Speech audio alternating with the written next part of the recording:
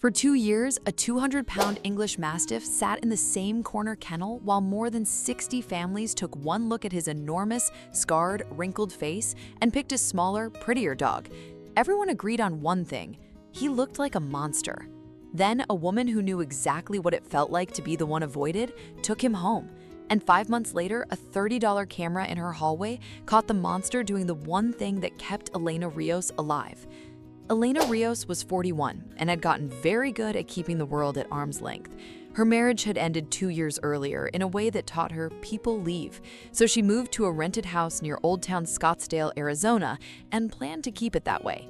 The one place she let herself go was the Desert Ridge Animal Shelter, where she walked dogs on Saturdays, because dogs never pretended.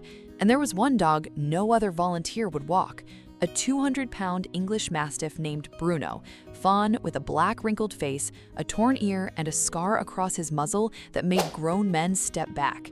Elena started walking Bruno because everyone else was afraid of him, and she knew exactly what that felt like. She watched it happen the same way for 2 years. Families came in laughing, ready to adopt, then reached Bruno's kennel, saw that face, and steered their kids toward the puppies. Then in October, the coordinator, Yvonne, pulled Elena aside. "We're out of room and out of time," she said. "If Bruno isn't adopted by the weekend, we have to make a decision, and you know what that is." Elena had one rule: no attachments, no one who could leave.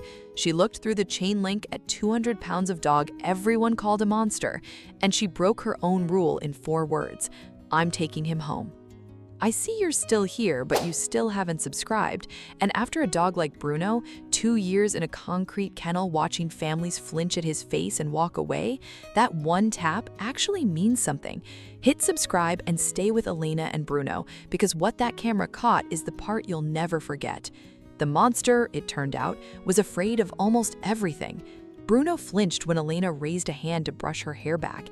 He hid in the bathroom during thunderstorms, all 200 pounds of him wedged behind the toilet, shaking. Whatever had happened to Bruno in the years before the shelter, he carried it in his body. So for the first 3 weeks, the two of them just circled each other, two creatures who had learned the hard way that trust gets you hurt. Elena clipped a cheap $30 camera to a shelf, aimed at the hallway, mostly to make sure a 200-pound dog wasn't eating a house she was only renting. But what the camera showed her cracked something open.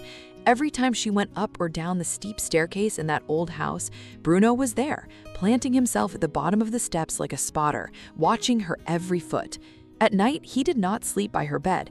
He slept at the foot of those stairs, his back against the bottom step, facing up, as if the staircase were the one thing in the house he did not trust. She thought it was a quirk. One night, she sat on the bottom step beside him, and after a long minute, Bruno leaned his whole 200 pounds against her, careful, like he was asking permission. After that, she started talking to him from the top of the steps, just to watch his tail thump the floor. Slowly, without deciding to, Elena stopped keeping Bruno at arm's length. He was the first living thing in 2 years she let all the way in, and the scarred, terrifying dog nobody would even walk had quietly appointed himself the guardian of the most dangerous 13 steps in her house. That staircase was a genuine hazard, and Elena knew it. It was steep, the treads were worn smooth, there was no handrail on one side, and she had nearly slipped on it twice carrying laundry. She kept meaning to call the landlord. She never did. What she did instead was learn to love the strange, gentle giant who insisted on standing guard at the bottom every single time, as if he had done the math on those steps long before she had. By the 4th month, Bruno shadowed her from room to room, but it was the stairs he still treated like a job. For the first time since the divorce, Elena laughed out loud in her own house. She let a friend come over. She answered her sister's calls. Bruno would rest his enormous scarred head on her knee, and the face that had frightened 60 families felt to her like the safest thing in the world. She did not know that on an ordinary Tuesday afternoon, those 13 worn steps and a heavy laundry basket were about to prove exactly why a 200-pound Mastiff had refused to leave them unguarded. It happened at 4 in the afternoon on a Tuesday. Elena was carrying a full laundry basket down the stairs, could not see her feet over it, and her heel caught the worn edge of the 3rd step from the top. She went down hard, all the way down, the basket flying, her head striking the tile at the bottom with a sound the camera picked up from across the room.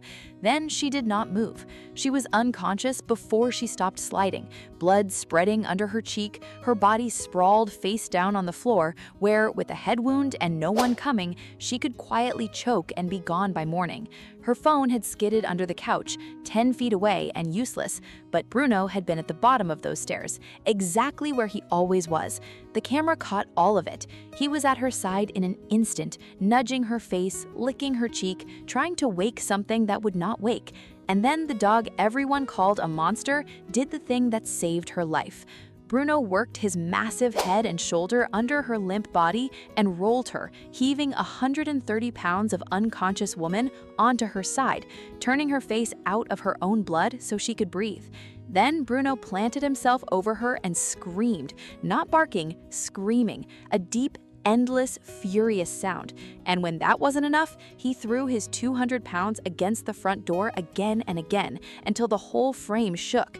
The neighbor 2 houses down, a retired man named Walt, first got annoyed, then got worried, then walked over and looked through the front window and saw a woman face down in blood and a giant scarred mastiff standing over her howling. He called 911.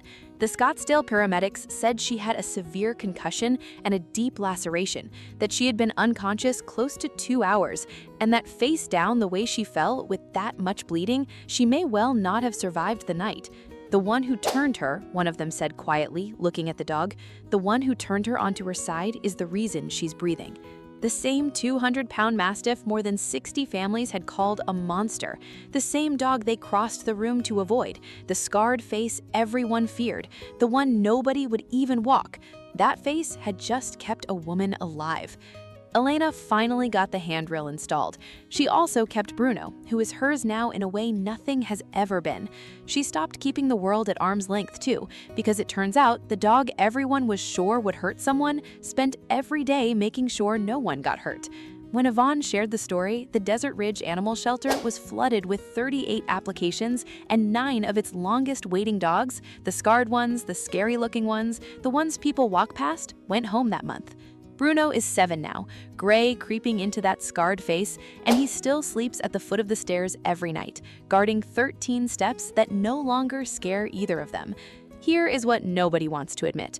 We decide who is dangerous and who is safe from a single glance at a face, and we are wrong more often than we will ever know. 60 families looked at Bruno and saw a monster. Elena looked at the same face and saw the only one who would never leave. So tell me, would you have walked past Bruno's kennel too? Or would you have seen what she saw? Tell me in the comments. And if a dog the world called a monster ever turned out to be the safest place you had, say their name below.